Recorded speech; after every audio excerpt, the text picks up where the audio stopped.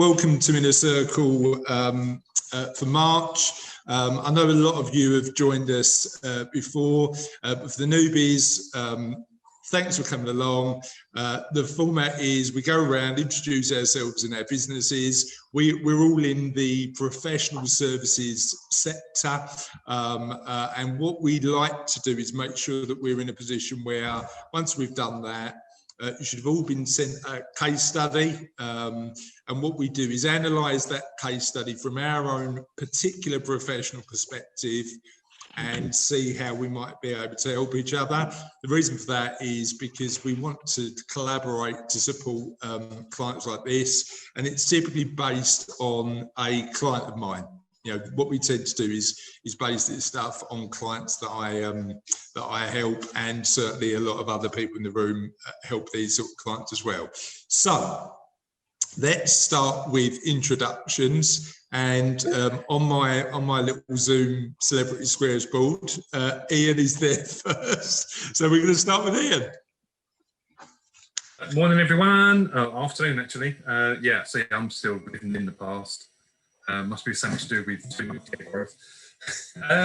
My company is IBRA Limited. I'm a business consultant, and I specialise in change and compliance. Good stuff. Great, nice and short. And well done on your. Do you want to share everybody about your new contract?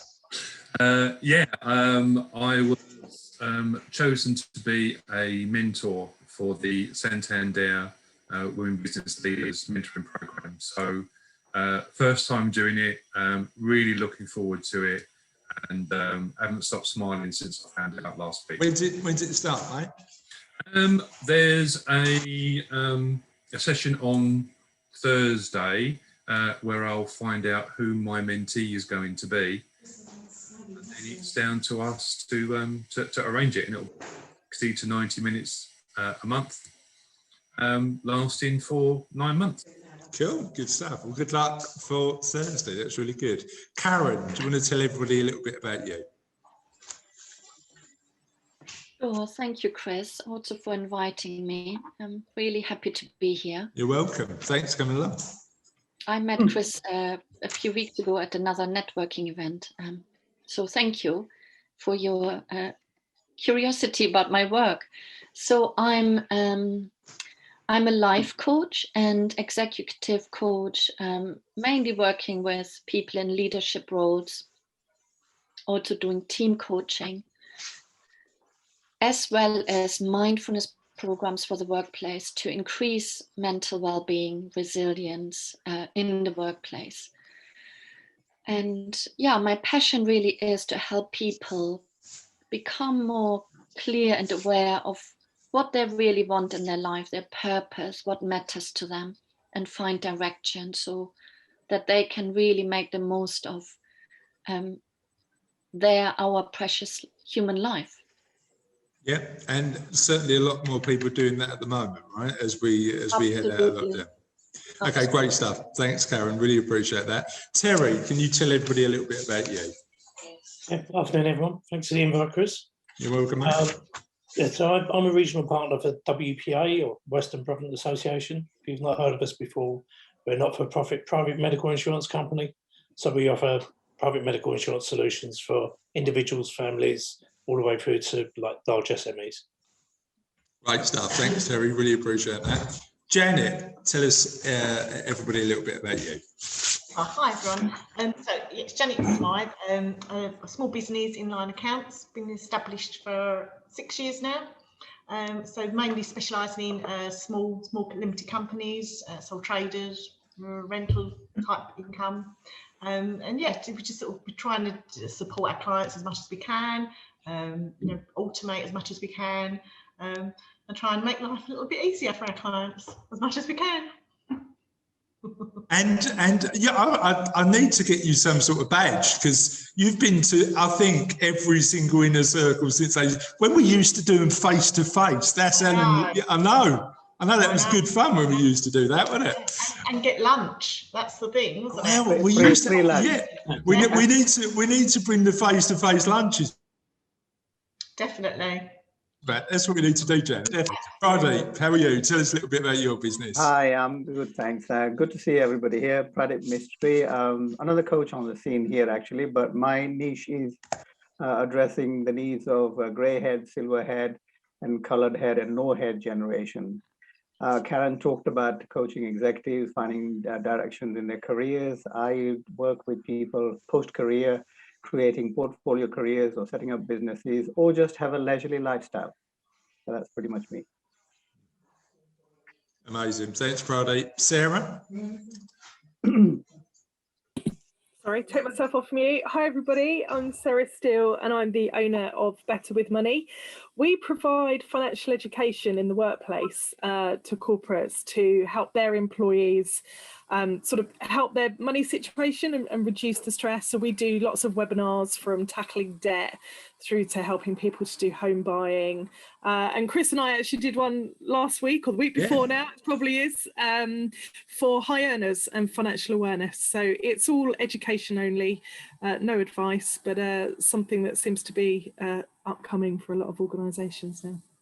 Yeah, it was good fun, that one. I did feel quite drained at the end, but it was, hopefully we added a lot of value. I think the feedback was pretty good, wasn't it? It was quite a nice one because it was interactive, wasn't it? A lot of them you're just talking to that screen and they're typing questions in, but yeah, it was really good. Yeah, it was good. Lovely. Thanks, Sarah. Famida, tell us a little bit about you. Hi everyone, my name is Famida and I'm a corporate protection solicitor. So I basically assist individuals who've lost capacity. So basically if they want to make statutory will applications and basically different applications for people who've lost capacity. That's everything. Amazing, good stuff. Raymond, can you tell us a little bit about you? Hi, Raymond Holt and Ignentis Partners. I help small business owners build their businesses with their family for a combination of finance and coaching skills. As finance director by training, I help them understand what's important to them and their family and then help them to build their business, connecting their personal finances with their business finances. Amazing, good stuff. Thank you, mate. Toby. Hi, everyone. I'm Toby Acton, a personal business mentor and trainer. I basically work to inspire, to educate and to support business owners, really to help them get from where they are to where they want to be, and to do that in the fastest possible time, develop the wealth and the life-work balance that they started their business for, because so many of them don't ever achieve that. Cool, good stuff. Paul?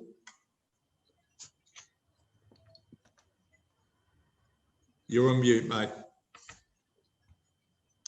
See, the thing is, Janet, that wasn't an issue when we had face-to-face, was it? You know, I've never, ever went at a face-to-face meeting ever had to say you're on mute. I blame on the fact I've got a cough, you see, so I wanted to stop coughing in everybody. I love everybody else is talking. There you go. Anyway, and it's not COVID, at least I hope not. Anyway, so I'll start again. Yeah, so Properties Overseas, our business, it's formerly called Advisor Alliance. I set it up with my wife about 12 years ago now. For the first 10 years or so, it was mainly providing financial advice, working with the government, set up academy trusts. But that side is now, we've given up on that, and now we've gone back to my wife's business actually, which is helping people to buy property and sell property in the Mediterranean, particularly Spain, but we're also looking at Portugal and Cyprus, and through our professional network with called the Association of International Property Professionals, we can really help someone buy wherever they want in the world. Yeah, our mate with the things that are happening at the moment, we are now seem to be focusing more on helping people sell, particularly people who are unable to go over to Spain. Typically, had a house for a long time, may not have been actually out there for a while. They just want to get rid of it. It's a problem rather than a pleasure. So, and we can do all that from the UK, so they don't have to make any trips. And in terms of Insight Today, you've got an accountancy background as well, previously. I have, yeah. I mean, I qualified as a public finance accountant, and I've really been working with CITFA for a very long time. CITFA were one of my clients when I was working with academies, but I've been on their technical panels now for years, and the one I'm on at the moment is the financial management and governance technical panel. So, and we're working on things like commercialisation, so how we involve the public sector in delivery of public services. So Cool. yeah, Good I've got a broad experience really.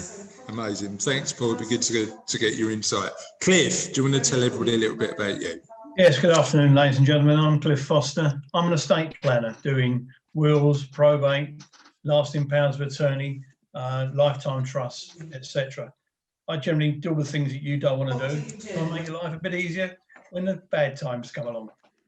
Good stuff. Thanks, mate. Really appreciate that. And I think everybody knows me on this call. I hope so. But as this is going out on LinkedIn as well later, my name's Chris Dames. I run a financial planning business called Cervello Financial Planning.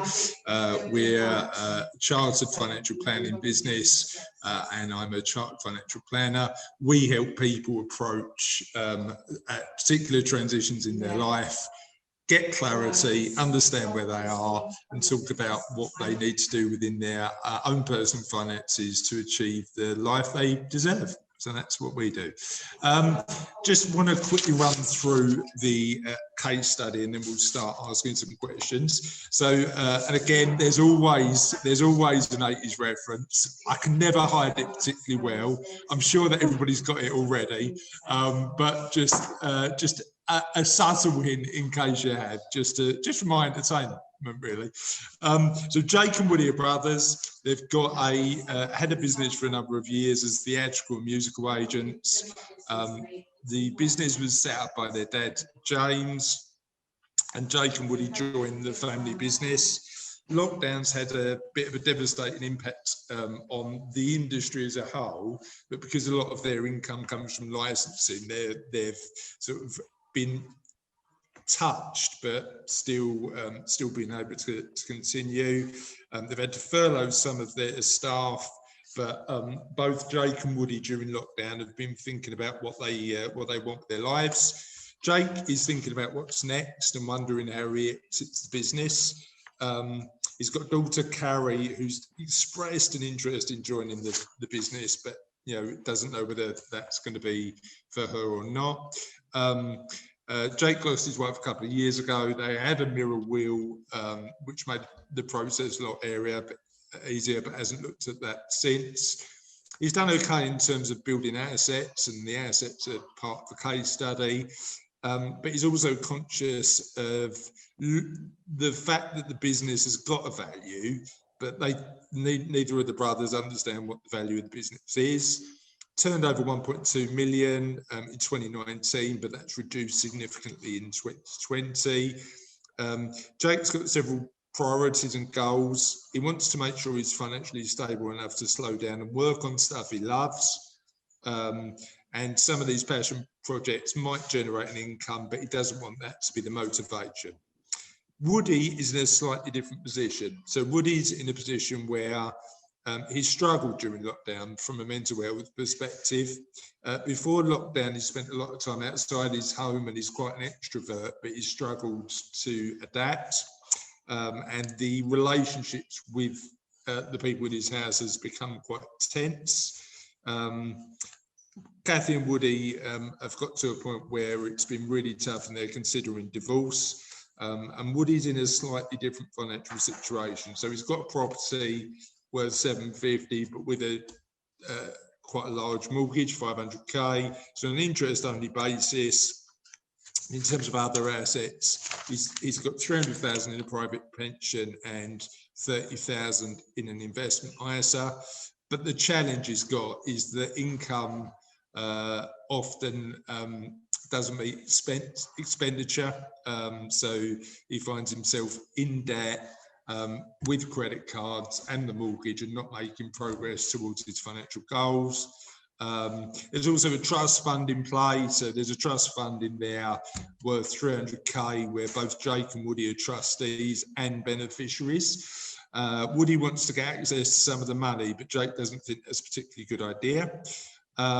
And Carrie's partner, who's Jake's, let's get this right, I did write it, Jake's daughter, has also been appointed as the MD of a manufacturing business that's grown significantly during lockdown. Steve wants to be a really good employer and considering options for his workforce, and wonders whether the benefits package you might be looking for might be different for the people who work in the on the factory floor and the guys in sales and marketing and engineering.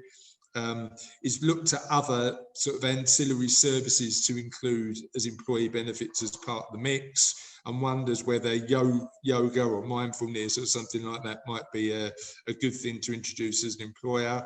But he's also conscious that his business model might need to change because the growth has been through PPE, and that might sort of reduce over the next couple of years.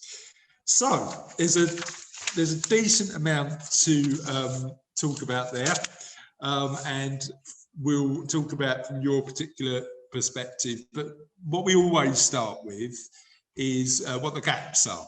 And as I say this every month, but all the gaps are intentional. Clearly, I didn't, that always happens. But what pieces of information? We'll start with Ian. What pieces of information would you like in addition to what you've got already, Ian? And what areas of clarification would you want to support the people in the case study? There's so many, as usual, Chris. It's all intentional, Ian. It's all intentional. Precisely. I'd start with Jake and Woody. I mean, obviously, they're at a point in their lives where they're recognising that in some way, shape or form, there's going to be changes. So it's taking stock of what they've got now. So what documentation have they got? What does their current shareholding agreement say? All of those kind of things. What cover do they have in place to protect the business and indeed themselves? Yeah. From the music business, this licensing income, understand what the drivers are and why this income has remained intact. Yeah. With regard to what Jake might do after retirement, I think it's a case of finding his own why for what's going to be happening next. Others on the call that do a far better job than me in working that out. But also asking Woody, does he really want to take over full time? We've got Carrie in the wings, so there's a conversation with Carrie about, why does she want to come into the family business? What can she see as benefits? All that kind of thing. Yeah, Woody, he's in a precarious situation, and again, there's obviously going to be a need for him to work. So there's going to be lots of motivational issues, I think. Again, there's others far more better qualified than me to go through that. I then really moved towards Steve. I think he's in a really interesting position. And before you get into talking about changing benefits packages, I'd really want to understand the makeup of his current clients, what the length and terms of his government contracts are, find out the impact of those on his workforce, how the workforce is made up. Are they all staff? Are some of them part-time? All those kind of things. All of this is going to be building up a scene before he even starts on contemplating what benefits might be there. And also ask them, ask him, have you asked them what they might want? What might be important? Yeah, 100%. Amazing. That's really good. Yeah. Okay, thank you for that. We'll come on to some of those points in a little while. Karen, talk to me about your thoughts on the case study and what areas you think might be questions you might ask any of the individuals involved in the case study. Thank you, Chris. Yeah, Ian has already brought forward some interesting questions. I would probably start being a coach and being sort of curious about what's going on for people. That's what I'm interested in, what's going on. I would ask each one of them involved, particularly Jake and Woody, you know, what is most important to you right now? What's happening?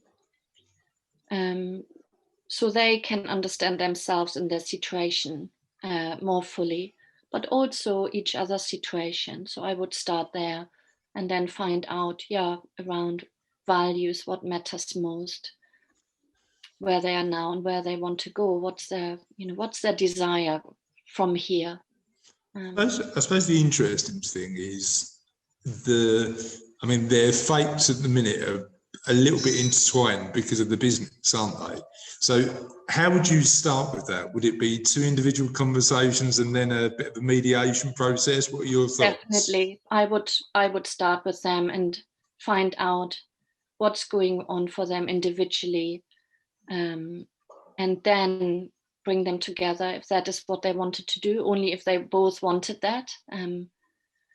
But sharing with them the benefits of having a conversation together so that they can both understand each other better, particularly around the issue where they are sort of really tangled around the trust fund, where they have different wants really around that, or different ideas what they want to do. Yeah. Okay, that's great. And what else would you want to know from them to help you? I guess a little bit more. I was particularly intrigued. I'm always intrigued when people join a business, family business. What brought them to it in the first place? Was it that, there is a generational tradition of children taking forward the business, or did they both want to really do it? So that would be my. Or was there another pressure or motivation, really? What was their motivation and drive to join a business, family business? Because it's a very complex thing to engage in. Yeah, potentially. Terry, what were your thoughts and what questions would you ask? I think Jake is like in a powerful position in terms of obviously his finance and everything else. I want to know what he's looking to survive on. So if he's looking for an exit, establish what he needs, like, and how much does he need to supplement his pension from and his other savings, etc. I definitely agree. Talk to the guys separately, to Jake and to Woody and to Carrie separately about their ideas about the business. I mean, Jake obviously wants to exit. Does Woody seems to have lost his way? Does he actually want to come back into the business, or is a better option for Jake to buy Woody out so he's clean? The potential domestic dispute is not going to then affect the business. So possibly do that and then look at that revenue stream, maybe selling the revenue stream or some of the revenue stream to fund that purchase. But then what ideas does Carrie have? Where does she see the business going? Because that seems to be the business future.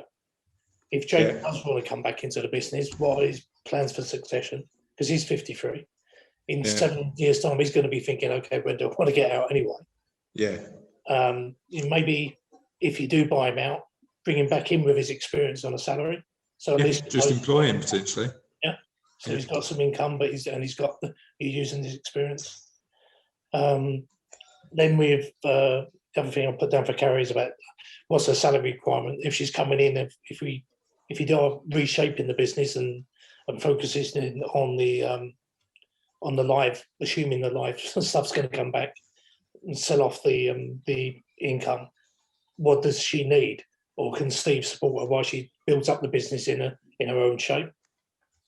As far as Steve's concerned, obviously I'm going to look at PMI and cash plans for employees. That's my focus. But I would say, what was his original manufacturing business that pivoted, and should he be looking at like that? Obviously, was a successful business or to a certain extent. Unless that's a business that can't exist anymore, why is he's generating the extra income on the PPE side? Look at reinvesting to build up that side.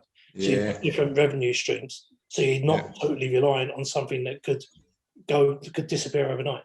Yeah, so those core initial streams, there might be something he can revisit and retool or go back into that. That so that he's got another stream of business. Okay, cool. Okay, great. Thanks, Terry. Really appreciate that, mate. Janet, what were your thoughts? Well, I think I probably want some more information on the company details. That was my main area because just having the numbers didn't really looked a bit odd to me. So just we've got sort of going from 219 to 220. Yeah, we've gone from a turnover of 1.2 million to 750,000. Yeah. But the profit ratio, we've dropping from 27% to 12%. Yeah. So I'm just a bit concerned that, you know, we've lost a huge amount of profit margin with that drop in sales. So what that element that we've lost, was that the most profitable, and you know, can we get back to that position? And the other thing that just sort of struck us a bit odd was the recurring income of 600k. I mean, that's a huge chunk of the current sales. So if they're going to lose that, they're going to sell that off. You know, what is actually what left. Business exists anymore? Yeah, it's an interesting one.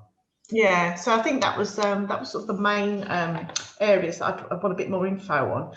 I mean, just sort of drilling into some of the other numbers then. Jake has got a mortgage of 100k. I mean, depending on what the interest was on that, I mean, potentially that could be paid off with some of his other funding. If it's an expensive source of, you know, what he's paying out, he's probably not getting that on his savings. So yeah, he's got 121 sitting in the bank, hasn't he? Yeah, exactly right.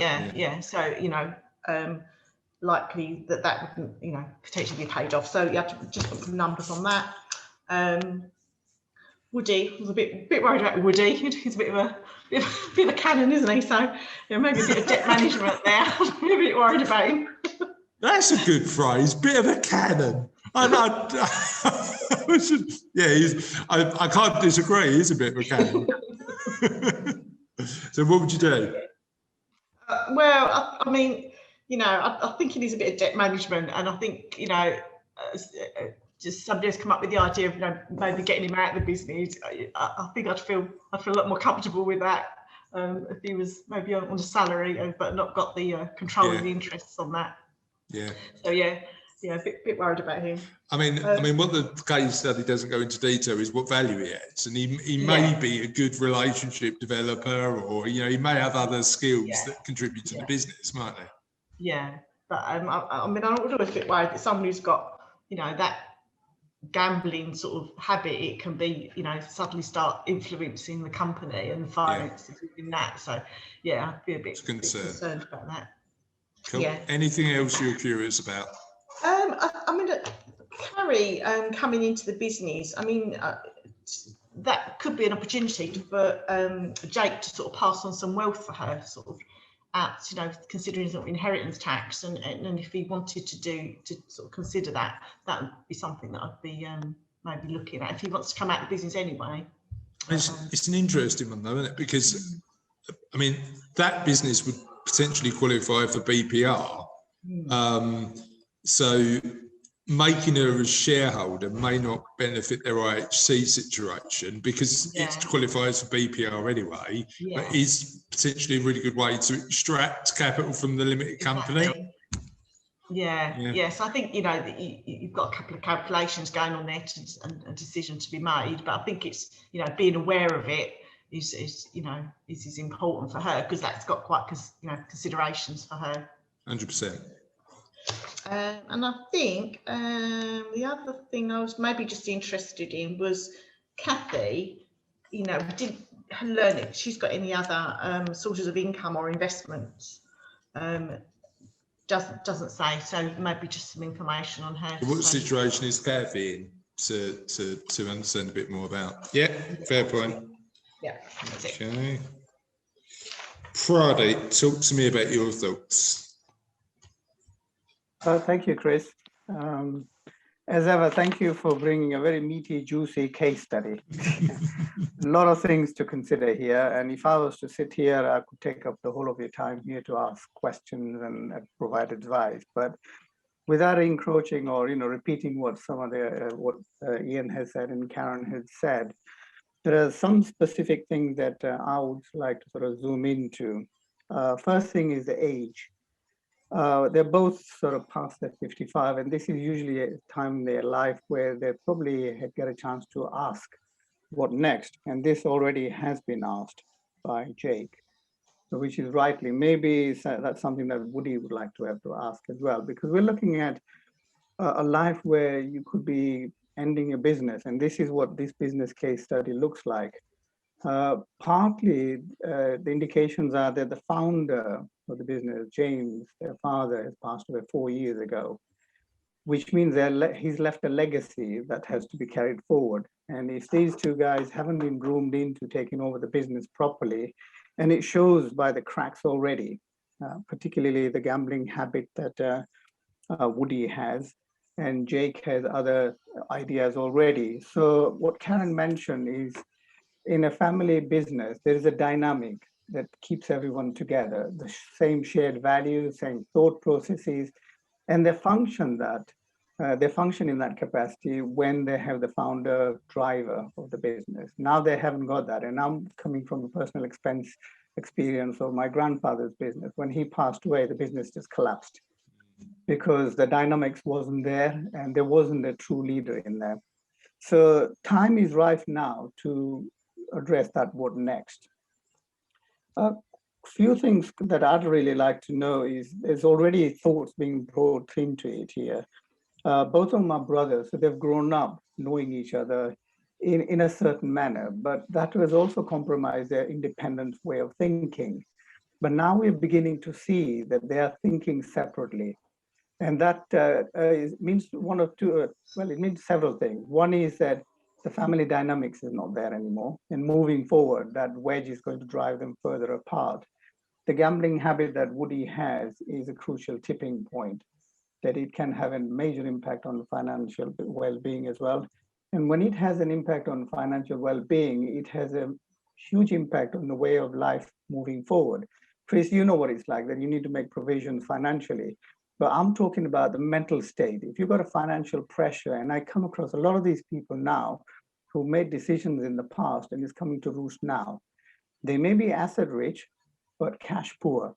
In this case, there's a lot of money tied up, huge mortgage, £500,000. And if you haven't got money to service that loan, particularly when it's on interest only, that's going to put a huge pressure on the financial state. Yeah, Pradeep, just one point on that. You're absolutely right. I'm sure Sarah can talk a little bit more about this when she's doing the work she does, educating people in employment.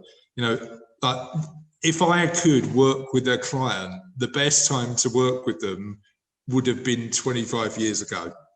Do you know what I mean? That is the best time, because actually a lot of the habits and behaviours in terms of building financial independence and wealth come through the work that you do when you haven't got any. Do you know what I mean? It's interesting in terms of that journey, isn't it? I think a lot of it is learned behavior, because, you know, if in this family, the father would have been making all the financial decisions, the boys probably wouldn't have had a say in it. But somewhere along the line, maybe the father has helped them with the mortgages and funding the business as well. But yeah, the final relationship is very important. And we're also talking about Kathy and Woody with their relationship under strain, and they're already considering divorce. Now, at this point in age in life, you know, it swings two ways. Either you gain independence and break free, or you lose that partnership that you would have had for so many years of marriage. And, you know, something that holds them together is a child, and they certainly have that. But going back to the question that I'd like to ask is, there are pressures already in their lives, and each one has a respective different pressures. Woody has got a gambling addiction, and Jake has got other pressures of his own, and he's already thinking outside the box. So I'd like to ask them to share their thoughts about their lives, what the life was like when they were in the family dynamics, and how they see it moving forward, because they're going to have independence. The thing that kept them together was a business. Now they're going to have to find their way in life together, considering the other thing I'm thinking about is, because of the pressure, what impact is it having on their health? because previously the father would have probably carried all the major decision making and the boys would have been running the business comfortably. Now they have to make decisions, and that's going to put a pressure. And particularly with the COVID situation now, there's going to be huge, huge pressure. It's something that they've never experienced before. So that can have a major impact on the health and well-being. So really, I'd like them to talk about their feelings and emotions, because these kind of things determine how they move forward. And if these are suppressed, then they're going to face a lot of blockage moving forward. So these are only some of the questions I'd like to ask. I mean, I've got tons of these here, but I'd like we've got time to talk through a few of them later. But that was really insightful, Pradeep. Thank you. Perfect. Thank you, Sarah. Thoughts? Well, I totally agree with what everyone said, but I won't cop out just like that. So Jake, I'm a little bit interested in what he wants to do when he steps back from the business. And like Janet, I picked up on the 121,000 in the bank account. Now, if he wants to just suddenly go and travel or do something like that, then it may well be that we should be looking to help him to top up his pension, for example, before he drops all those earnings using that money in the bank account. But similarly, I was thinking about the mortgage that he had and the best route for that money sitting there that's doing absolutely nothing at the moment and getting probably nothing in returns. In terms of Woody, yeah, absolutely, the debt management piece and just trying to find out more about that and whether he's asked for help, whether he would. I mean, there is no way that somebody that's got all of that on their shoulders is going to be in a situation to be able to take over business. I'm sure we all know the pressures day to day of running a business, big or small, and you've got to have the mental capacity to do that. And certainly I would be incredibly worried about it all going over to him at the moment. Yeah, I had a question around what does Kathy do? Does she work? What her situation is? Her thoughts and feelings, and trying to think about, because they haven't got, they haven't got a lot of equity in the house, really about the situation as to what might happen if they did split up and how the finances may go. So there was a big question there. Stevie, yeah, I mean, I love what he's thinking about with the business, but before thinking about the employee benefits, I think we'd need to find out a little bit more about what he's trying to achieve with the firm. Does he have absence problems, productivity problems? Do people value the benefits that are in place at the moment? There's no point just adding benefits on benefits if the benefits that are already there are not being used. And of course, financial education would be right. Of course. Of course. Why wouldn't you? So yeah, that was just a few extra that I thought of. Yeah, amazing, great stuff. Yeah, and I think you're right. Would the additional pressure for Woody be just way too much based on where he is at the minute? You need you need to be pretty disciplined to take that responsibility on. For me, then, what were your thoughts from your particular perspective? Okay, so for me, it'd be I'd need further information regarding Woody, basically in relation to his mental health. Also, I'd need some further information on Kathy as well as their daughter, just to establish basically the family dynamics and basically whether he does actually have capacity or not, or whether he needs someone in the interim to basically manage his finances. Also, need to find out whether the finances are basically held jointly. If the accounts are jointly held, so therefore obviously Kathy would be able to step in. But obviously, if everything is held by him, it's a bit more difficult. So it is basically establishing his basically mental capacity and to what extent he's able to obviously assist himself. And this, I mean, I suppose part of the conversation is having mental health challenges, like we all might have, is a completely different conversation to having mental capacity, isn't it? Yeah, yeah. So obviously for what I deal with, it's mainly to do with someone who's lost capacity rather than someone who's basically has some strenuous issues with mental health. Yeah. So it's just establishing whether it's reached that level. Yeah.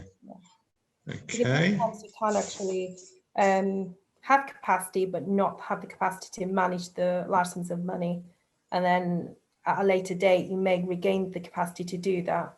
So at that point, you can take over again. And how's that measured? Just help me understand how that capacity is measured. Basically, what we normally do is obtain a report from their doctor, psychologist, and they assess them and basically state, well, at this point in time, they're suffering with, let's say, stress or PTSD. They're not able to manage their basically large sums of money. So, yeah, and so they'll basically state that, no, we don't feel that they have capacity in this period of time. Therefore, we'd make an application to the court to basically appoint someone in the interim. But at any point when they do regain capacity and are able to manage, then they'll basically revoke this order. Does that require willingness of the individual involved? Because clearly... No. So basically, if they don't have capacity, they don't need, basically, they can say, no, they don't want anyone to act, but basically the court will make that final decision. Because if they feel that this person is spending all the money on, wasting all the money on X, Y, and Z, they're not making a basic good decisions, so to speak. Yeah, interesting. Okay, thanks for me. We'll come back to talk about some of the specifics in a minute. Raymond, this must be right up your street, mate. Family business, complicated, loads of motivations, loads of people like sort of doing different stuff. What were your thoughts? Well, so as to not go over what everybody else has mentioned, I'd really like to focus on Kathy. Okay. Having done this twice in the last 12 months, having worked with someone like Woody with their wife, I think it's really important that whilst this talks about talking about divorce and everything else, and almost having, as I said to one of my clients once, almost having your suitcase packed by the door and you won't be, and just remembering you won't be going on holiday next time you see it. Yeah. I'm really interested in what Kathy wants, because it's one thing to find out that your husband has withheld financial challenges. It's one thing to not love your husband. Yeah, gotcha. Yeah. And I think one of the things which I think would be, I understand what Famita's saying, is to actually get onto the table with the right kind of support, the true challenge that Woody has and how it impacts on Kathy, and given that they have a young child as well, and actually work to see what kind of plan that works for Woody, for them, based on what they want moving forward. So, as I say, I haven't done this twice in the last 12 months. It's important to understand in depth what Kathy wants. Help me understand a little bit about how that process starts, because you need buy-in from all parties, don't you? Well, it usually comes when the husband is on his knees, cannot hide the fact anymore. Yeah. And turns around and says, I don't know how to have this conversation at home. Yeah. So how can I have this conversation at home and share this in a way that I'm not going to be kicked out the door? Yeah, and getting somebody in to support, facilitate that. Walking together. And I think one of the things which I've experienced is when you work with business owners who are financially challenged themselves, as in they are not the best money people, but actually when you talk to their wives, the wife buys into the person who's talking, and that actually comes from a perspective of it's irrelevant what's happened. It's where we go forward from here, and what do we put in place to ensure that you are okay. Yeah. And it's interesting, isn't it? It's that element of saying, right, let's close the door in terms of where we are, because actually that's not going to help us move forward and be in a position to look back and take forward from the past what's going to work moving forward. So for all of these challenges, if the good bits that are in there, you need to bring those forward, because then at least you don't feel like there's nothing worse than feeling like the past was a waste, and it's not. Yeah, well, you can learn lessons from it, can't you? Yes. Certainly. Help me understand what you'd ask Karen. So Karen, Woody's come to you and said, look, I need your help. What sort of questions are you asking Karen to understand where she is?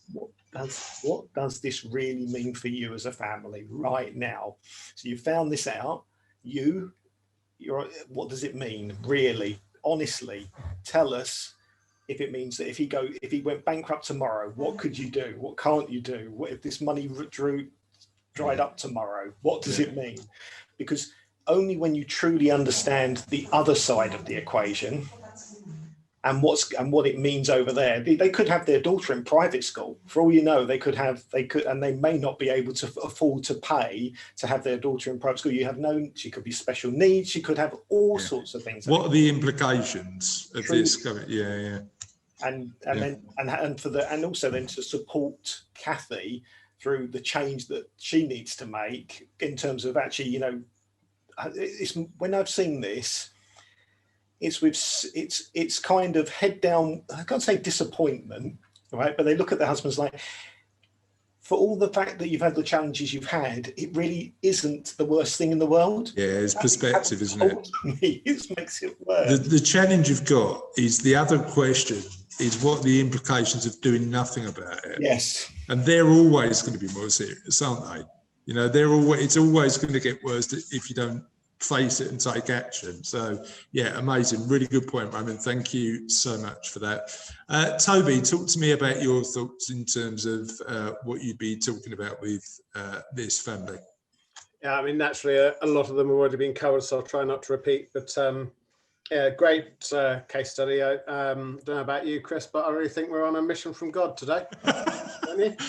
You know what? You never disappoint, Toby. Honestly, every time, everybody else has taken it, frankly, way too seriously. But I love the fact that you just knock it out of the park. I will fight. I will get one past in a month, mate, where you don't get it. I just need to dig into the minutiae of cult 80s TV. I think Jamie and the Magic Talk, something like that. I don't know. Right, I'm going to start researching that. Excellent. Yeah. I want to know a bit more about the ownership of the business. Is it company? Is it partnership? If it's company, what's the allocation of shares? What's the ownership there? Why is Jake winding things down? Is it age? Is it health? And what does he need in terms of finances, realistically? Few of these being covered, so I won't go over them. Looking at Carrie, has she, in her marketing roles, has she had any experience of the music industry? And also, what has the firm, her dad's firm, done in terms of marketing up to now? Yeah. Have they had to market, or has the business just come in, it's been referral, that sort of thing? What is Woody's vision for the business? What does he want to achieve through the business, and what's his vision for his life? And similarly for Jake, what's his vision? What are his passion projects? What is it that he wants to do? I'd also noticed the drop in the profit margin, so I'd like to understand that. Why is it that the most profitable parts have not been functioning properly? Is Woody tackling this gambling addiction? Is this something that's going to get worse, or is it something that he's got on top of? Is he getting help for it, basically?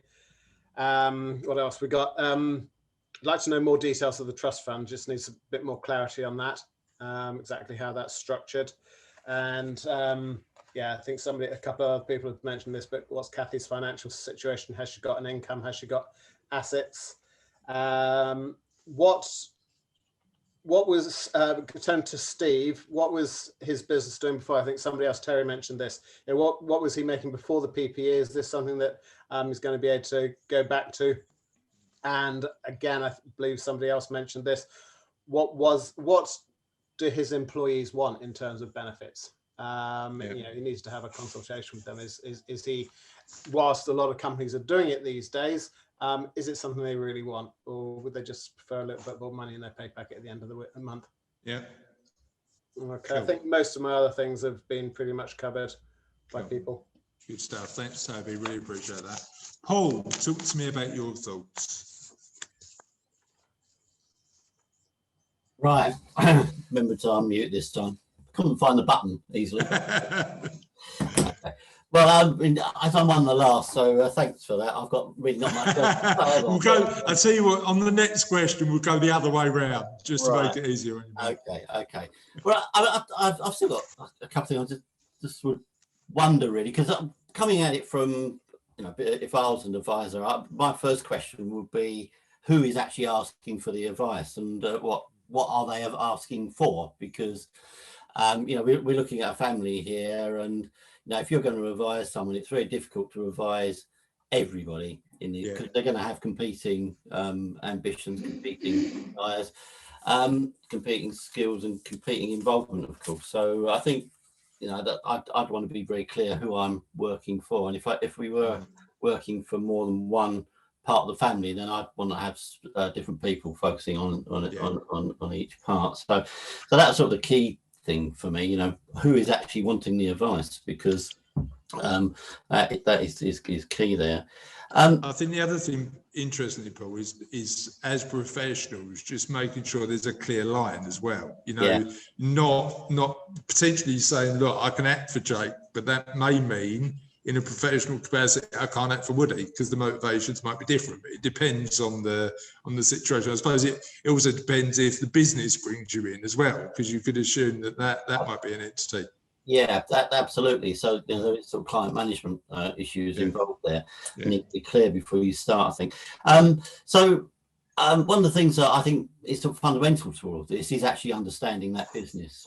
You know, the father died 4 years ago. Other people have mentioned the influence he would have had. You know, when he died, what was his level of influence, and what skills had the brothers actually acquired by then? You know, was one focusing on sales, one on delivery, and which one is it? And of course, that will clearly make a big difference to how the business would go forward if a key skill left and they didn't have an obvious replacement for it. So you know, succession planning around that is really key, I think, and actually how the management of the business is done. What are the cost structures? People mentioned about losing a substantial part of the business and the profit margin going down. Well, that's probably because fixed costs don't go away, and if your business drops, you know, you're likely to have less profit. However, it might be an indication of something much more fundamental.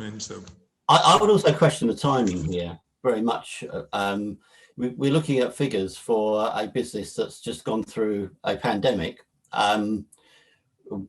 We really wouldn't, I wouldn't have thought anyway, be a good time to get evaluation on the business, because there'd be so many aspects put into the risk analysis that you know, if you're going to do a DCF, discounted cash flow on future revenues, which is one of the ways you value a business, your discount rate would necessarily have to be quite high at the moment because of the uncertainty in the future. So you know, the question is, when do they need to get to make these decisions by?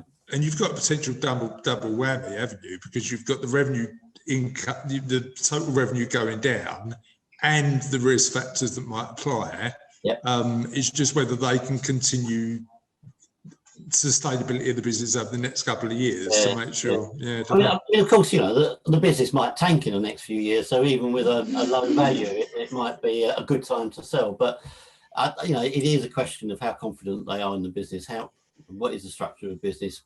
What are the risks in terms of key people leaving, and how might they replace that? I mean, if I was looking at Jake, for instance, I think I would be asking him, what kind of lifestyle does he want? You know, where can we buy him a property for? In Spain, Portugal, you know, because that might be quite an important thing here. You know, is he really retiring? Is he going off to do something else? You know, what does he feel he wants to do? That might have been the case study, so forgive me if I've skipped over that.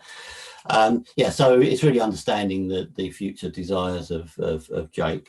As far as Woody goes, I mean, that's he's a bit of a car crash, isn't he? So but it may. He's been getting called loads of names, Paul Woody, today. But it may just be the pandemic. I mean, God, it's affected me, so I don't know what Sue would say about my. So yeah, and you know, Woody probably needs advice, but maybe not financial advice. Yeah, agreed. Yeah, thanks, Paul. Really appreciate that. Cliff, talk to me about what your thoughts are on the case study. Right, okay. Well, my approach is obviously from an estate planning point of view. what's the situation when the bad news comes. The first bad news is we want to try and keep it away from Famida. We don't want her to be involved. We want to do lasting powers of attorney, put them in place for them so that there's somebody they know and trust who can take over and run the business if the situation occurs, if they go physical or mental incapacity. Most people would generally prefer that, knowing that somebody is in there that they know and trust. Different people in there could come in. Obviously, the daughter is a good one for Jake. The rest of it, we'll speak to all of them and see what they want to do. Yeah. So I'll do both powers of attorney. I'll do health and welfare and property and affairs, and try to make sure that they're fully protected on that part. And tell me a little bit about how you might differentiate between what the business needs and what they need as individuals. Right. From a business point of view, it may well be that they want to put their business assets in a health and wealth, in a property and affairs power of attorney, separate to their personal assets, because that can be in a completely separate one. So you can in fact have 3 lasting powers of attorney rather than just 2. By doing that, you might have, in the general case, you might have your wife or your husband look after your personal assets, but you might have your accountant or a business financial advisor or someone like that, your solicitor maybe, look after your business assets. So you're protecting the various parts of your life. And again, they only take effect if you lose capacity. And if you recover it, then again, that can be set aside. So it's can be an interim measure or it can be a permanent thing. But what it does do, it does make it a bit quicker than if Famida gets involved, because there is a process there. It's a good non-stop process, but if you can get it done quicker, it's generally better. Yeah, then I'll move on to looking at the wills, make sure they've got wills in place and what they want to do with their estate when the time comes. Like I said, I deal with all the happy things in life, but they need to be looked at. And certainly there's a lot of money involved. Jake in particular, I'd need to know what was his will like. I know it's a mirror will. Did that mean that everything his wife had came to him, and was her inheritance tax allowance used? If not, he's got the ability to use that and her $500,000 as well. Well, it's interesting because we've been working on a case over the course of the last month where we look after a family.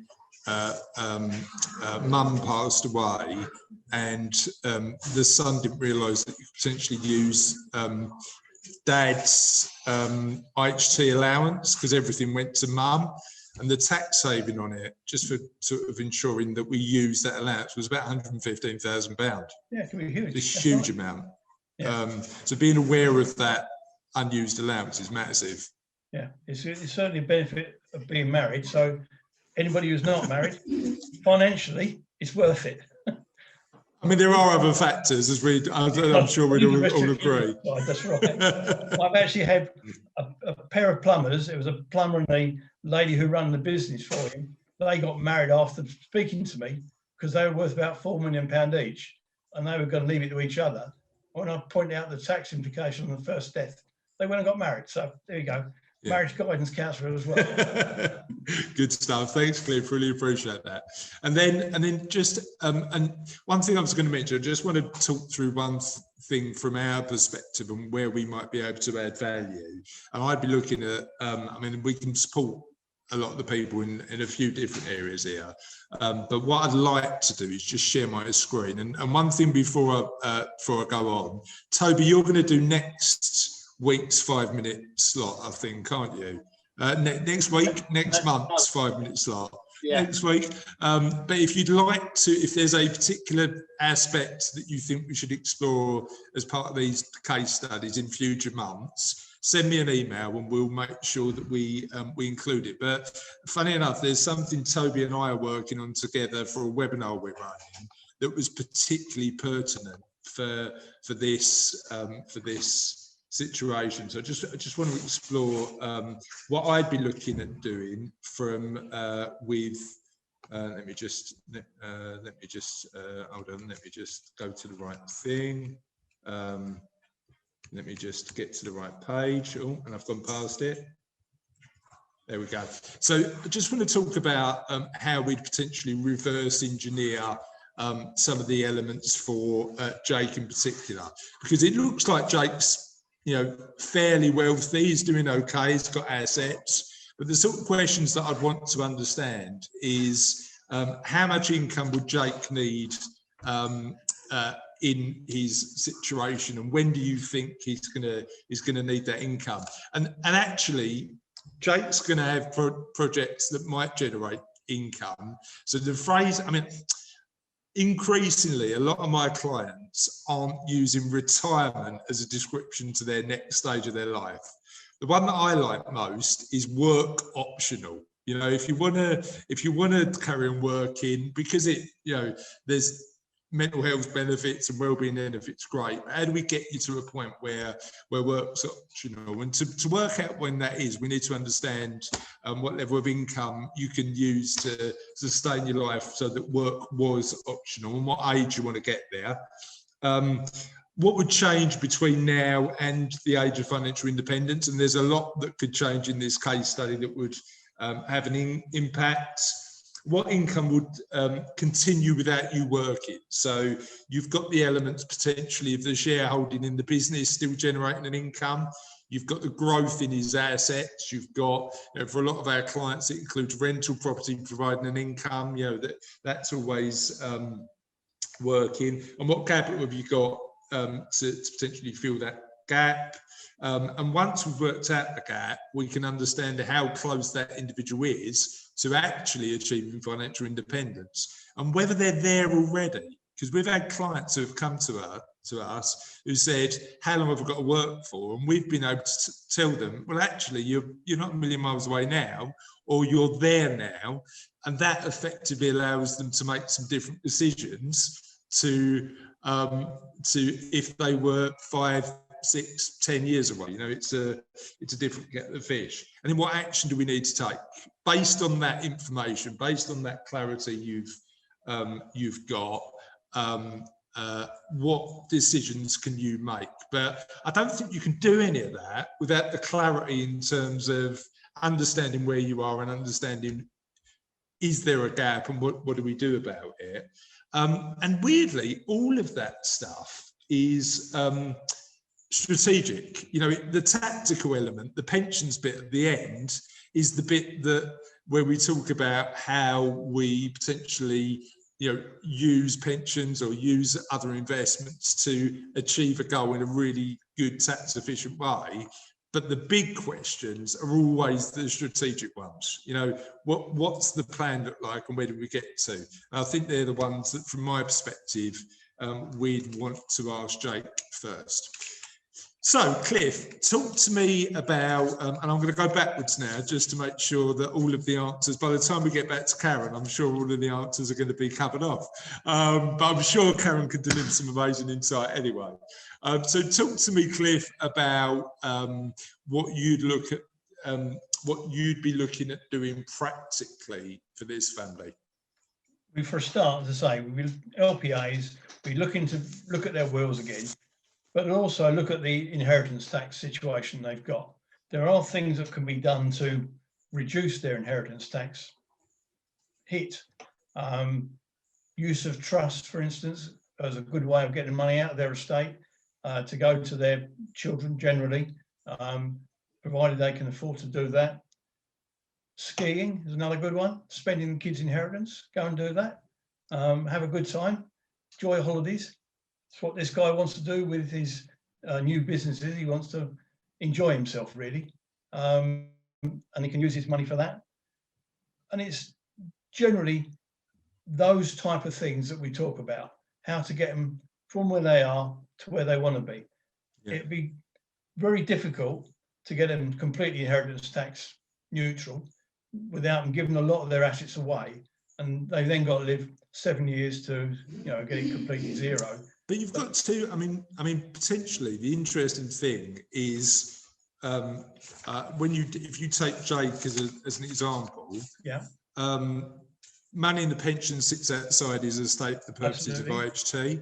Money in the business would, as long as it maintains in the business, would qualify for BPR. Should get business property relief on that, because it would, like as long as it continues to actively trade. Yeah. So, if that's the case, those shares can go down without any financial penalty. So it's important they carry on doing that unless they sell it and get the cash out. So as they get the cash out, that's immediately taxable. So that's something they ought to think about going forward. And that is one of the things we would say. But use of trust through IFAs is a good one if they've got cash that they want to get out. Apart from that, you have to be very careful what they do because they could get a charge for them now. You can put properties into trust, but if you do, you find you might get a lifetime charge instead. It's gifted. A lot of it away and lives 7 years basically. Yeah, the challenge you've got, I suppose, is the situation with gift with reservation if it's their residential property that we need to consider. Well, and then the other. Simple thing I suggest to them is, if you want to get rid of a bit of cash, buy yourself a funeral plan, because all right, they're relatively expensive, but if you're going to lose 40% of your money on tax, effectively 40% of that's coming out of the government anyway. So that's a potential. But little things like that can help. Yeah, no, that's an interesting tip. Thanks, Cliff. Really appreciate that. Paul, what action specifically would you suggest this family takes?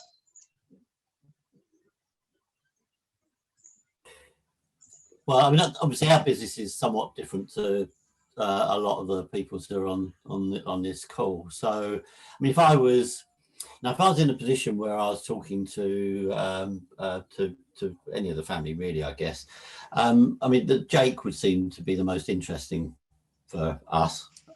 In that, he wants to change. That's often a time when people are looking for buying a holiday home or even retiring abroad. So let's assume that that's an idea that would resonate with him. I would then be talking to him about the differences about that he would have to think about on either of those two options. I'd be looking at what areas, what lifestyle he would like if he was going to move or spend a lot of time in Spain, for instance. So, you can live in the middle of Torremolinos or whatever, and go out every night and enjoy the bustle, as it were, or you can live in the mountains. I suppose the challenge you've got with that potential move abroad, and Cassie and I are murdered for doing this, because we'll go on holiday and say this is lovely, and then realise that actually that's a holiday and potentially living abroad. So what implications are you talking to your potential clients about the difference between a permanent home? Yeah, well, a permanent home raises all sorts of tax questions. So, for instance, if you're, and this is not a Brexit issue, it always would have been the case. So if you're going to, in the case of Jake, where he's got ISAs, for instance, and pensions, he would need to take advice, because if you move your ISAs over to Portugal or Spain, immediately they lose their tax benefits. Yeah. And potentially lose the accumulated tax benefits as well.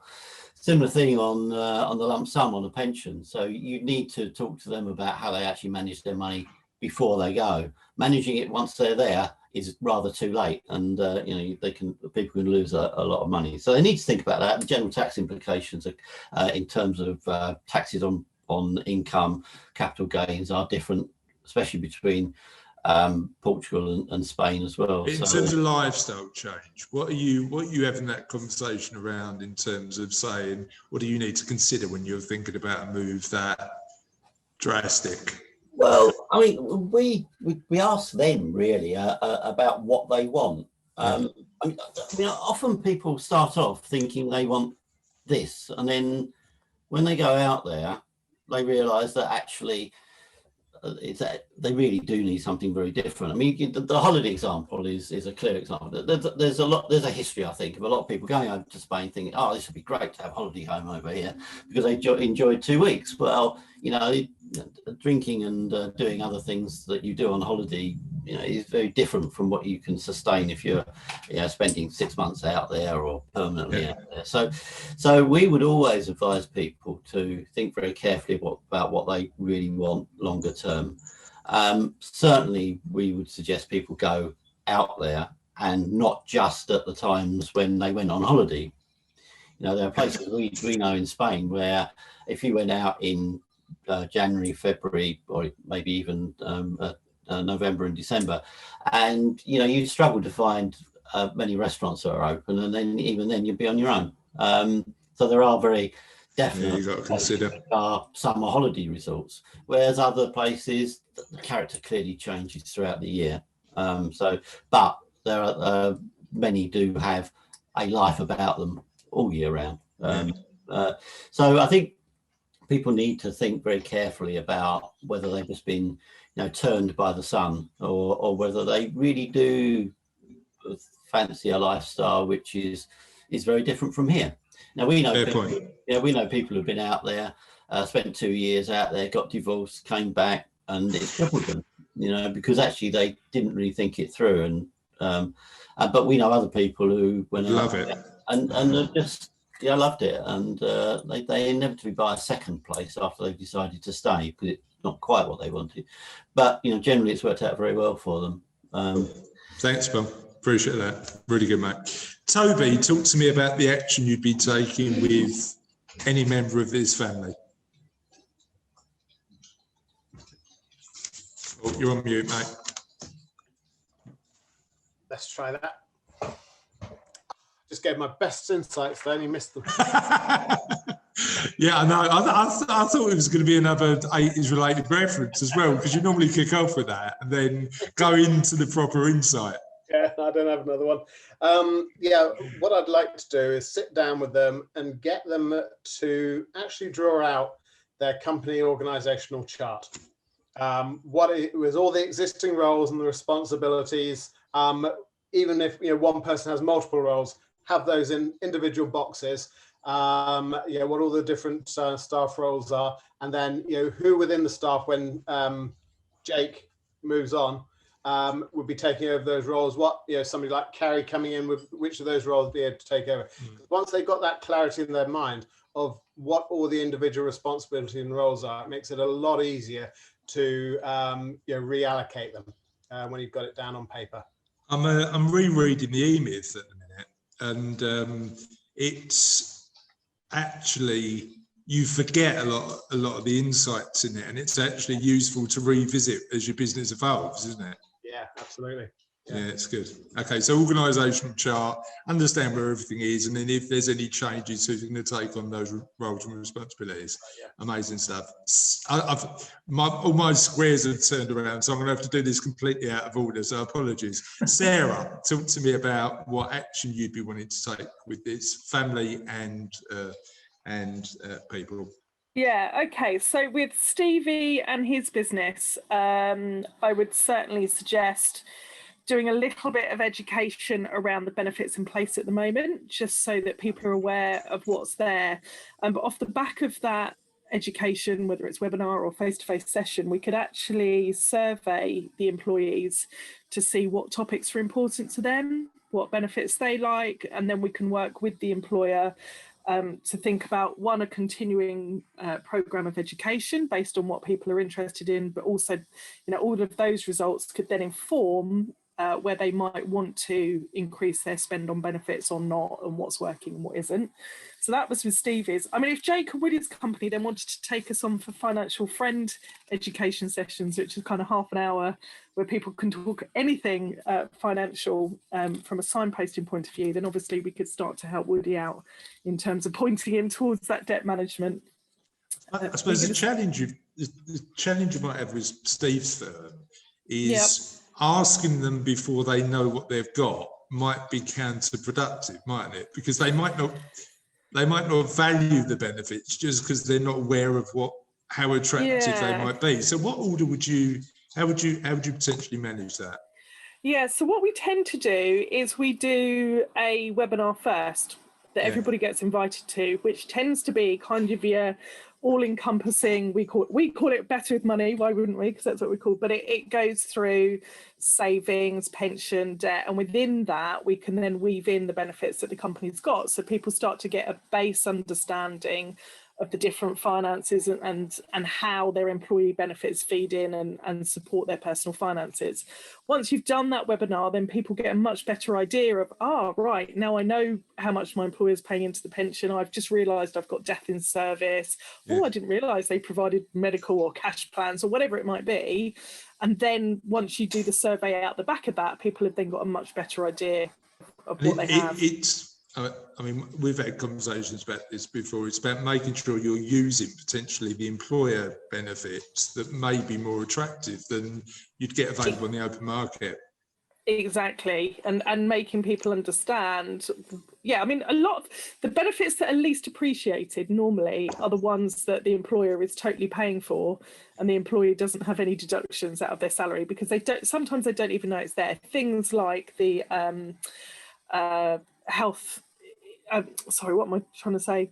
When people go off sick and they get, 60% of their salary, a lot of people don't even know that that's there over and above statutory sick pay because they never pay anything towards it. And so they only ever know it's there if they get to use it. So yeah, I think it is definitely an education piece around Stevie's company before they put their hands in the pocket and spend a lot more money. Yeah, makes perfect sense. And as business owners, we know how valuable that sick pay used to be for many of us. Not anymore. We don't get it anymore. For Mida, talk to me about what action you'd recommend this family takes. Well, it's basically just touching back on his mental health. So it's whether he has, whether he has capacity to manage for the time being. So should we assume he hasn't? Right, so that's for the purposes of this. Assume he hasn't. What's our next steps? So the next steps would be who is to be appointed as a deputy. Yeah. So it could be his wife, but if obviously they're looking to divorce, she may not be an appropriate person to act. So it could be the brother, Jake. So there's a discussion with him, but then again there'll be a conflict of interest because he owns the business. So there's got to be, there's not many choices left, to be fair. Help me understand. Sorry. Help me understand whether, in cases where there isn't much choice, is that when potentially a professional deputy can come into play? Yeah. So basically, it'll be a partner from a firm that will be acting as a deputy, as long as the family is in agreement to that. But if we was to go ahead and try to appoint one of the family members, the court will probably reject and appoint someone in the panel anyway. So it's better for them to choose who they want to appoint. But with the family dynamics, it's going to be really contentious, isn't it? Yeah. And are the courts inclined to decline it if it looks in any way contentious or not? Well, it's more to do with the conflict. If there's a conflict of interest, they're more than likely to decline. So if there was no issue about divorce proceedings, then Kathy would probably be the best person to be appointed. But if she is looking to proceed with this, and obviously I would need to advise that she was not an appropriate person to be appointed. So if I didn't know this, then we'd have gone ahead with Kathy. But in this situation, we're not able to.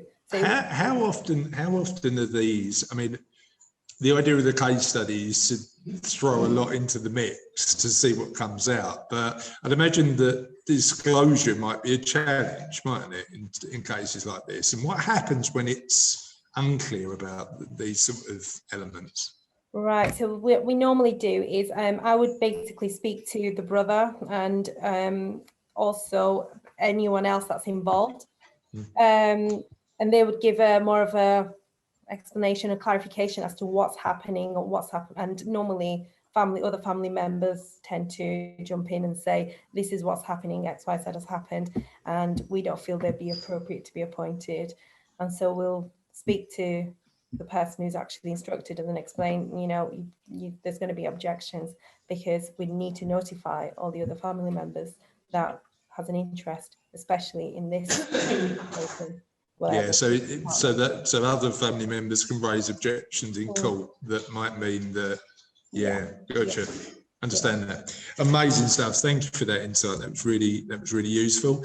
Raymond, talk to me about where you're thinking in terms of action for this particular family. Well, I think this is a great opportunity to build your business with your family. And that is to reset and bring all the issues to the table and actually get a real clear position of where everybody is at the point in time, especially as you talk about bringing Carrie into the business.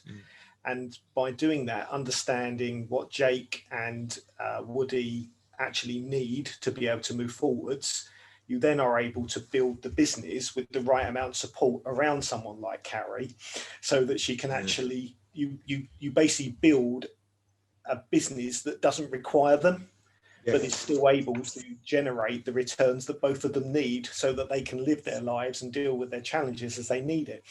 And just going to your E-Myth reference, and we talk about scalability, one of the opportunities they have here, given the challenges of the past, is they actually have an opportunity to scale the relationship between business themselves and their family by creating a framework of communication and reference that, as the business changes, can change with it. So that for Carrie, she doesn't inherit or encounter as many of the challenges that they've encountered, having taken over from their father.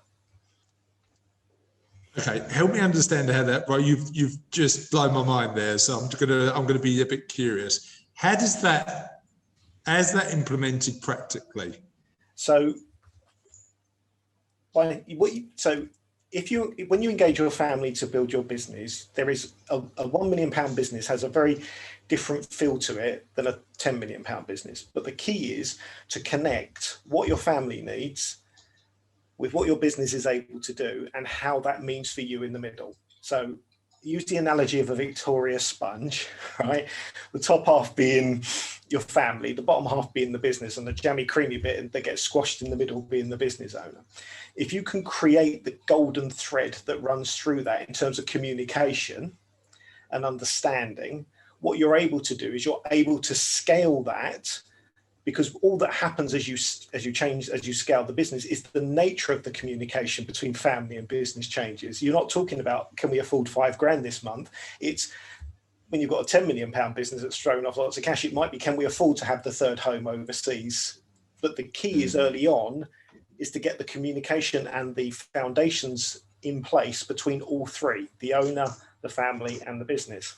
As the other challenge that just brings to mind is, assuming Dad was the guy who set the business up, and he had a set of goals and values and hopes and dreams and aspirations. The two boys they're in their 50s, but the two sons have looked like, and again, we'd need to explore this a bit further, their values are potentially quite different. Yeah.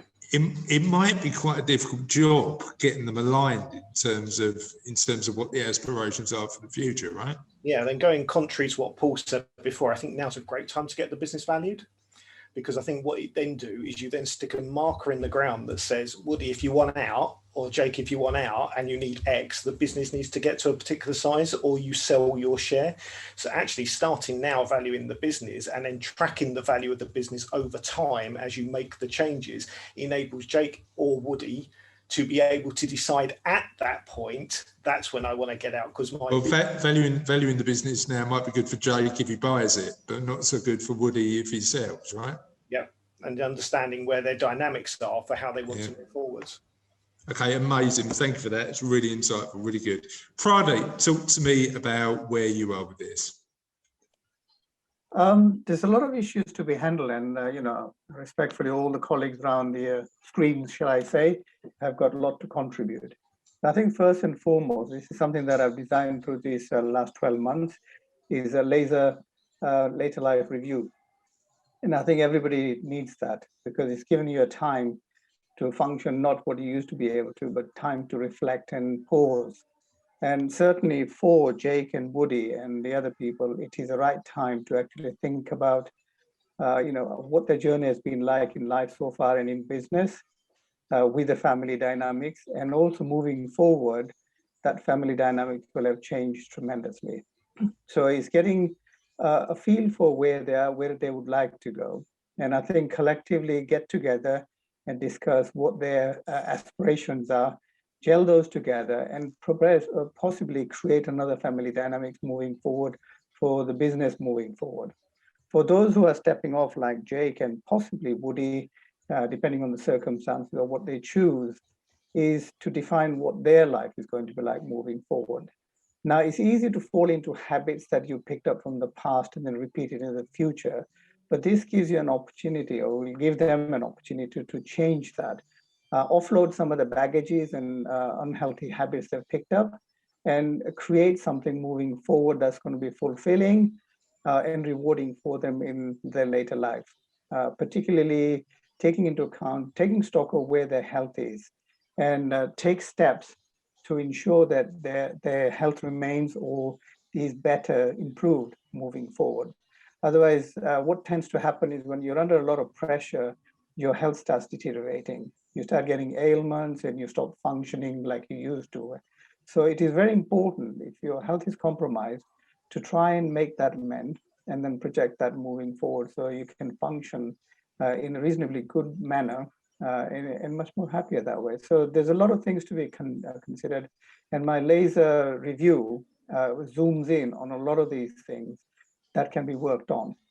I suppose the other, I mean, Paul mentioned it earlier on, and I think it's an important point. Who are you acting on behalf of? And from your perspective, and it'd be interesting to get Karen's insight in a minute, is there a potential conflict?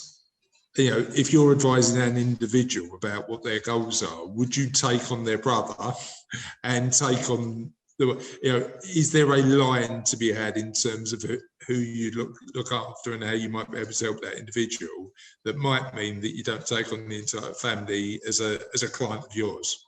I think this is actually for the benefit of everybody concerned, because this is a great platform of all the different characters in there, and you can't do something hidden on your own. You can get found out or you get isolated. So the idea here is to really open up the communication channel and express their wishes and desires, something that they would have probably never had the opportunity in their life, particularly if they had a strong founder like the father. If he was very impressionable and assertive in the whole thing and business and the family life, that he would have put things together, decisions would have been made by him. Now, all the individual members of the family have an opportunity to make decisions. And also the differences actually could be complementary. It doesn't have to be conflict.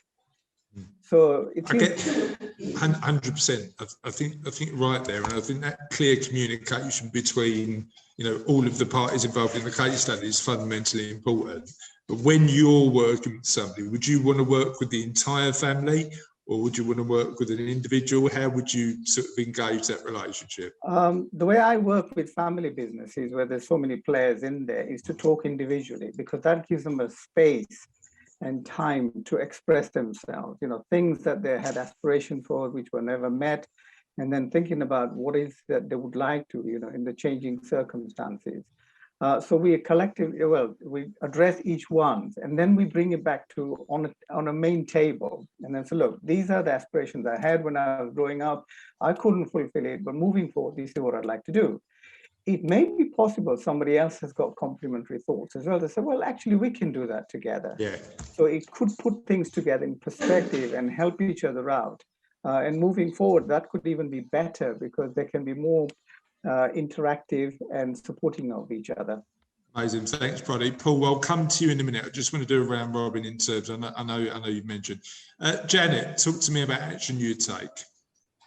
I think we'll probably be looking at producing some extra reports on the company performance. So, you know, drilling down, finding out what's pushing the revenue and what's creating the profit. So whether that's creating sort of cost centres or departmental accounts or something like along them lines, so that I can really see where we're going. And then we've got something on the table to sort out, you know, how that's then going to be, you know, either divided up or not divided up. Whether to sell off some or not sell off some. So I think that would be my sort of prime aim to provide. I'd also want to look at the rental property to see, you know, what, you know, considering maybe, you know, selling that, what's the capital gains on that? Is that the ownership sort of split on that? Yeah, the other thing to consider is if they've ever lived there, because then they can, Yeah. But I mean, now the new rules doesn't make such an impact on much. that now Yeah. that we've lost the, you know, the benefit of that. Yeah. So, you know, but it does form part of their estate for inheritance, and it does. So whether or not it's time to sort of cash that in, again, looking at the return on that as well, or whether it's not just best to take the cash and run, really. I suppose the other thing is the impact of not being able to, if it's individually owned, not being able to use the mortgage interest relief to offset, because that's had an impact in the sort of net return on a lot of those properties, hasn't it? I mean, they're just not as, used to be, you know, great investment, great return. They're just not as tax efficient now. So the government are not doing tenant owners of residential property any favours at the moment, are they? Why do you think that is? Why do you think there's a... Yeah, I think it's a strange one because, you know, it was looked at before as being an investment, you know, retirement options, that sort of thing.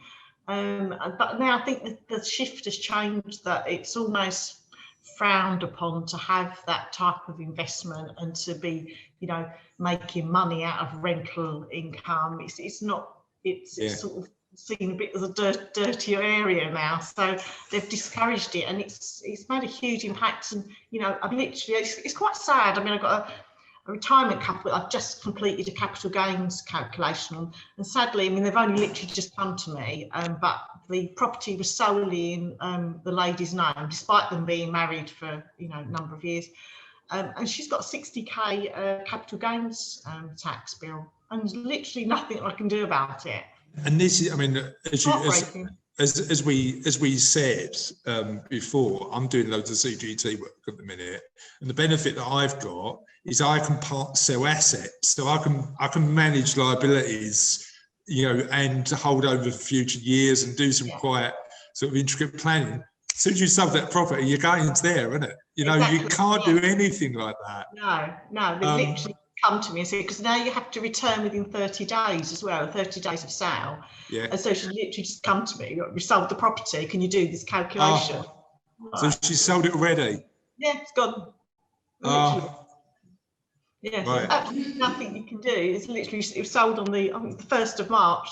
So I've got like a week to get the. Well, you know what's interesting? We've been doing. I don't want to dig too far in the weeds because we've got a bit of a broad audience here, Janet. And we have got a tendency to get quite geeky on this sort of stuff. So Sarah knows how geeky I am from that webinar last week, but I don't want to go too far. But I suppose the opportunity to sort of change the deed so they're joint owners, so they can use both allowances is gone because it's sold, isn't it? Yeah, no, actually nothing you can do. It's like you say, you know, husband and wife, they could have easily transferred 50%. Yeah, no CGT between spouses, so you use both allowances, but you can't do it. It's too late. I know. Yeah. So yeah, that'd be my we don't get too geeky. We take the geek stuff offline, Janet. We'll have a conversation about that later. Karen, talk to me about your thoughts. Talk to me about your thoughts around. You've got all of these diverse motivations. You've got all these people with their own plans, their own goals, hopes, dreams, aspirations. How are you going to support them? And is it just a matter of just saying to one individual, you're my person, I'm going to have to refer you to another potential coach?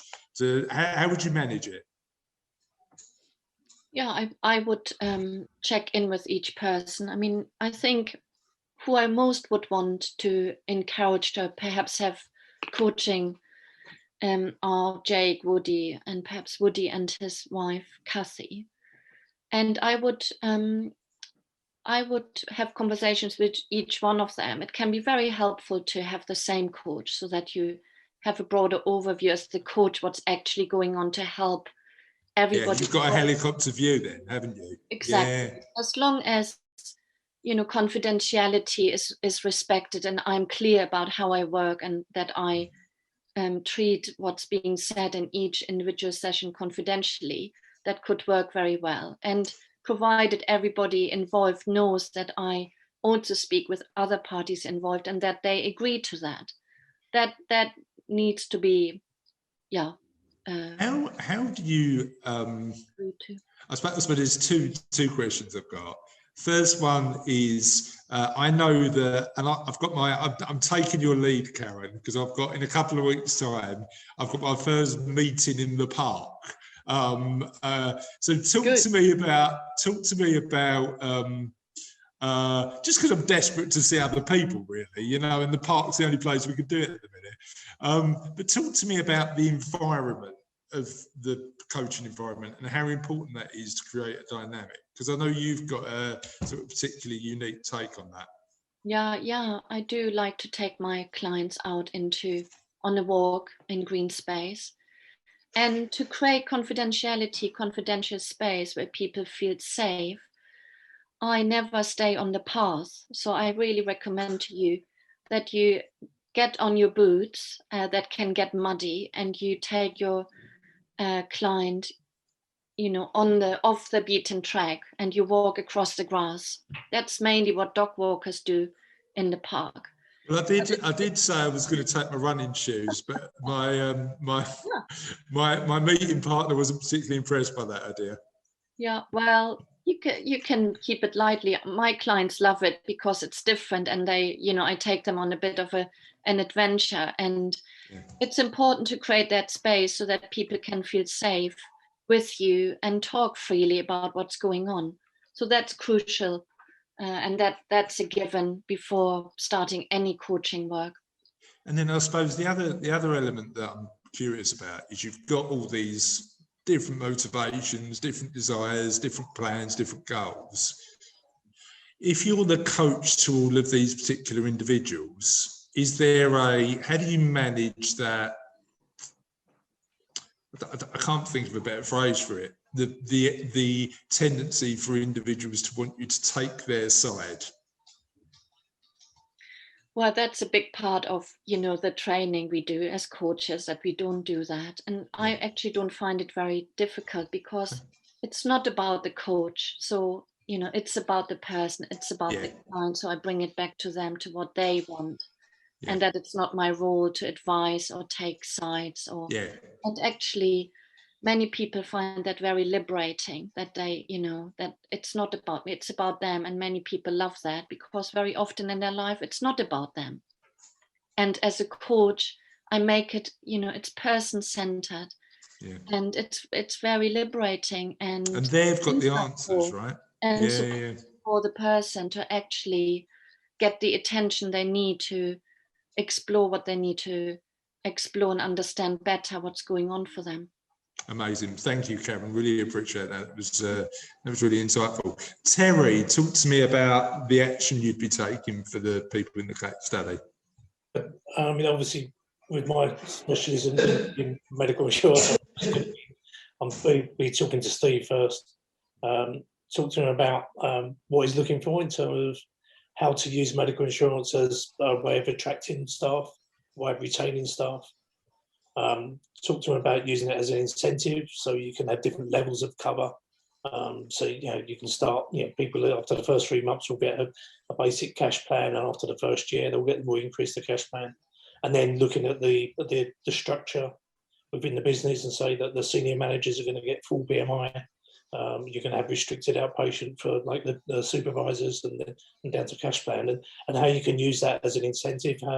And then I would, like, providing they were buying into that, then I'd want to set up a seminar within the good old days, within the manufacturing process, have it like present to all the employees so they understood what the benefits they were getting, how it would impact the fact that, but then by them using the policy, it's not going to affect the premiums, like the claims ratios are going to be monitored, but that is there as a benefit for them, and also the employee assistance program, the free benefits that are available that they should be using. So, you know, obviously that'd be my focus, and then, you know, I hope Steve may pass me back on to other family members and say, yeah, you should talk to this guy. So, I suppose that's, I mean, Sarah's probably got an insight to this as well. You know, that EAP element is often really underused, isn't it? Why do you think that is? I mean, we promote it whenever we go in, but I don't think the employer does promote it. They don't recognise it. And we talk about it as being duty of care for your staff, and reinforce that to them. And you know, if I get to do my presentations to the staff, I'm always saying this is totally anonymous. If you're calling, nothing's coming back. Your employer has no access to your notes. You know, this is something that you should use. It's a free benefit, and just make the best of it. I think the recent addition for us in the last 12 months, remote GP, that's one that has been used. That really has been recognised because people aren't leaving their houses, right? They can't get a GP appointment anyway. They love this remote GP access. So, but I think hopefully that will expand into the rest of the EAP. So the general well-being and the mental well-being side as well. I think that's potentially a growing market across the board, though, right? You know, that remote GP access is really interesting. Sarah, what were your thoughts on EAP and sort of its use? Yeah, exactly the same. I mean, first of all, you'd be amazed at the amount of employers buying this benefit that don't even know the EAP is in there. I'm sure that wouldn't happen if Terry was doing it, because he would let them know. But you know, I come across lots of employers that don't understand the benefits they've bought. So yeah, it's lack of education around the benefit that's there, and two, again, exactly the same as Terry said, people not wanting that link between their personal finances and their employer knowing. You know, I mean, the EAP is much more than that. It isn't just about financial help. It's about mental well-being and family issues and all the rest of it. But I think the more people need to be able to trust the benefits that are there, and that can only be done through enhanced education, is my belief, and building up that brand. And if it's just there sitting passive in the background, people aren't going to be doing that, are they? You know, you're not going to build that relationship. Paul, you had you did something I didn't realise Zoom did, which is put your hand up. I need to be using that a bit more often. Talk to me about the point you wanted to make.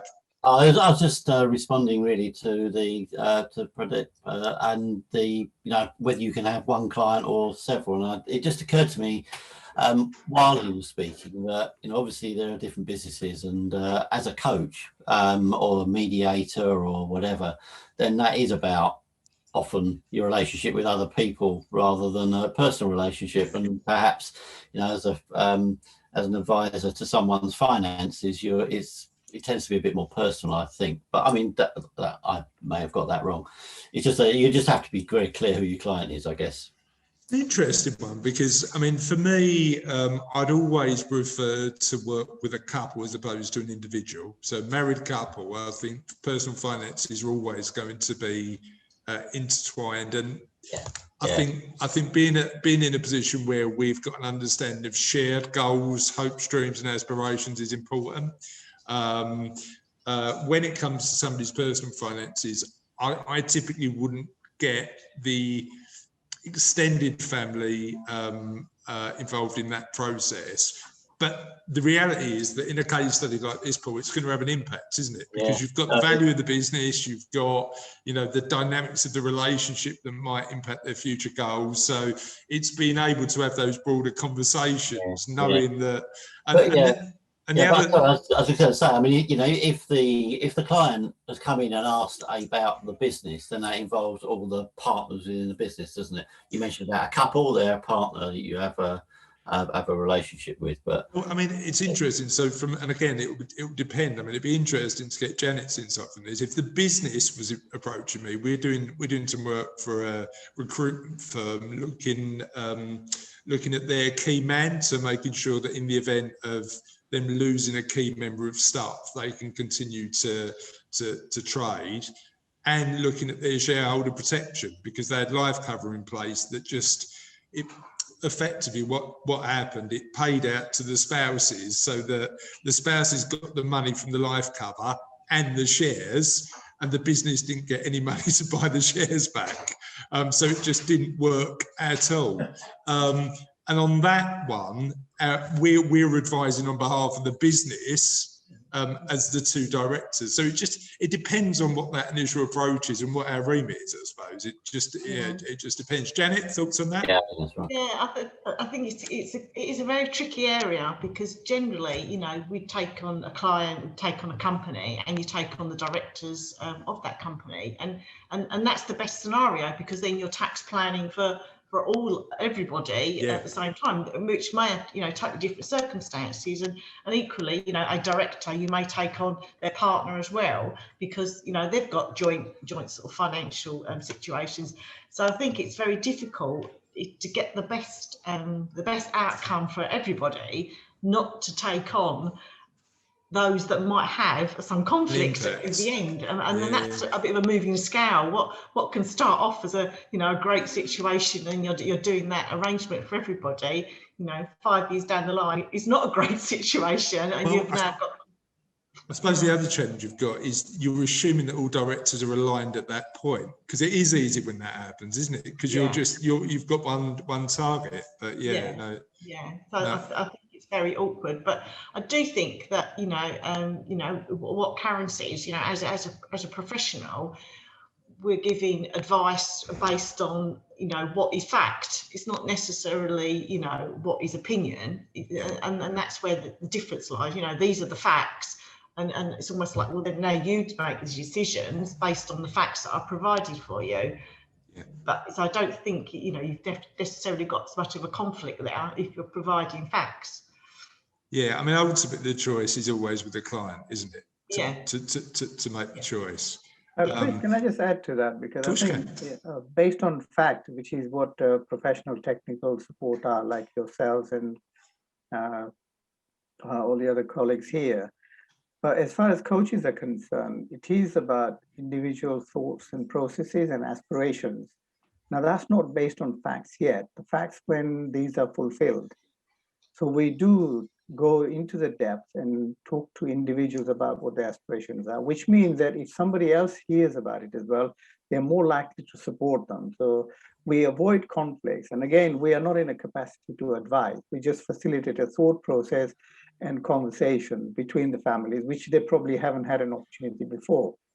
You know what's interesting, Friday? If you would have asked me 10 years ago, I would have said my job as a financial advisor / planner is to do the technical stuff.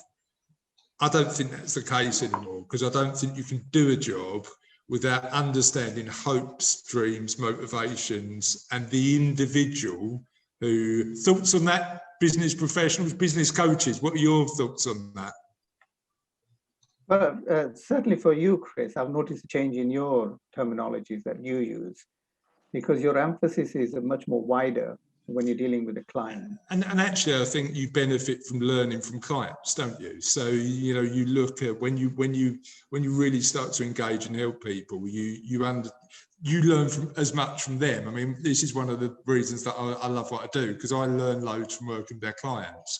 Thanks for that thumbs up as well, Karen. I didn't realise you could do that on Zoom. So that's the second thing I've learned today. Raymond, talk to me from your perspective. Can you just look at it emotionally, unemotionally and logically, or is there always that element of just looking at coaching somebody through that journey? No, it's quite challenging, because I operate as coach and in so many ways executive for some of my bits, for some of my clients. But it is about getting both on the table. So you have to get left and right brain on the table. You can't, it's not about one, you have to get both sides on the table. And that is because what you find with emotion is, what I found with emotion is it hides or can lead to much deeper conversations. It's a bit like not wanting to do something. Then they go and they suddenly go, oh my God, I can't do that. It's that you want to get to. It's that little bit, what's stopping you do that? And actually when they have a logical conversation, it's not a problem, I can do this and this and this and this. It's like, I can jump out of a plane, that's not a problem. Then you actually stand there and have to jump out of a plane. It's like there's something there that stops them. And that's the nugget. So you have to try. It's a bit like decision making. I find with decision making, it's you feel what and you think what, because actually only by understanding both sides can you actually come to a framework that enables them to understand. Because when they get stuck, because at the end of the day, this is part of the coaching, isn't it? When they get stuck, they stop and look inside and ask themselves the question. So I think you have to find a way to be able to do both. But the challenge is to allow the client to do both. Not to be the one who says, well, I've seen, or you can put your own perspective up, but ultimately it's stop and think logically and then actually now what do you feel, because it's not, but get the client to do both. I think that's interesting, and that's a skill that certainly personally, I don't think we ever stop developing, but certainly for me as an individual, moving from that, here's what you need to do, to guidance is a work in progress. How does everybody else find that transition, or because it's one that I still need to work on. If I can just add on to that, Chris, is that there's two perspectives we look at. One is a rational one, which is based on facts and figures and things that have happened. The other part is you can put any words to it, it's emotional driven or feelings, and that you can't put facts to it until it actually comes into play. The words that we use is terminology at the end of the day. It could be intuition. Now that yet can't base that on a fact and say it's factual. It's something that somebody brings out within them. There's also wisdom, because when you reach a certain age, you just know something without any question or doubts. And that could not even be based on facts. So based on that, you can actually create something new. And then, you can put financial figures to it. You can put legal framework and structure to it afterwards. But it is a driver. And it's like Raymond said, we've got two parts of the brain. The hippocampus is all based on facts. The amygdala is based on emotions and feelings, and they are still reality. Any scientist or neuroscientist will tell you you've got two parts of the brain. You know what the best book I've ever read on that is a book called The Chimp Paradox, which I absolutely love. Steve Peters wrote it. It's a really good book. Raymond, have you read that? Did you enjoy it? Yes, there's also a children's version. Can I just say, I did read the adult version. I now know there's a kids one. I might pick it up. Yeah, there's a book he's written for children, which is absolutely brilliant. Love it. Okay, good stuff. Terry, talk to me about what you want to share. I just think it's important not to assume that everybody wants what you want. So the person you're talking to, that you're planning for their retirement, they could be terrified of retirement. They're like, no, I never want to retire. I want to be doing this. And the other guy that you think, well, he's going to go on for the next 10 years, and he might be going, well, I'm going to go and live in a desert island in 5 years' time. It's establishing, and I was guilty of that when I first started doing this business, of go in and produce the product, blah, blah, blah, do it, and go through the brochure and look at this. Instead of doing that, hold the brochure back. Okay, what do you want? What do you need? And ask those questions, and then let them guide you into what they're looking for, and then you say, okay, this is what we can do for you then. You know what? It's a weird one, and again, we haven't got time to talk about it today, but it might be an interesting one for a future conversation. I've had to temper my natural optimism doing this job, because my approach is everything's going to be all right, when in actual fact you've got to plan both for the worst and the best to get there. So it's an interesting dynamic, isn't it? Right.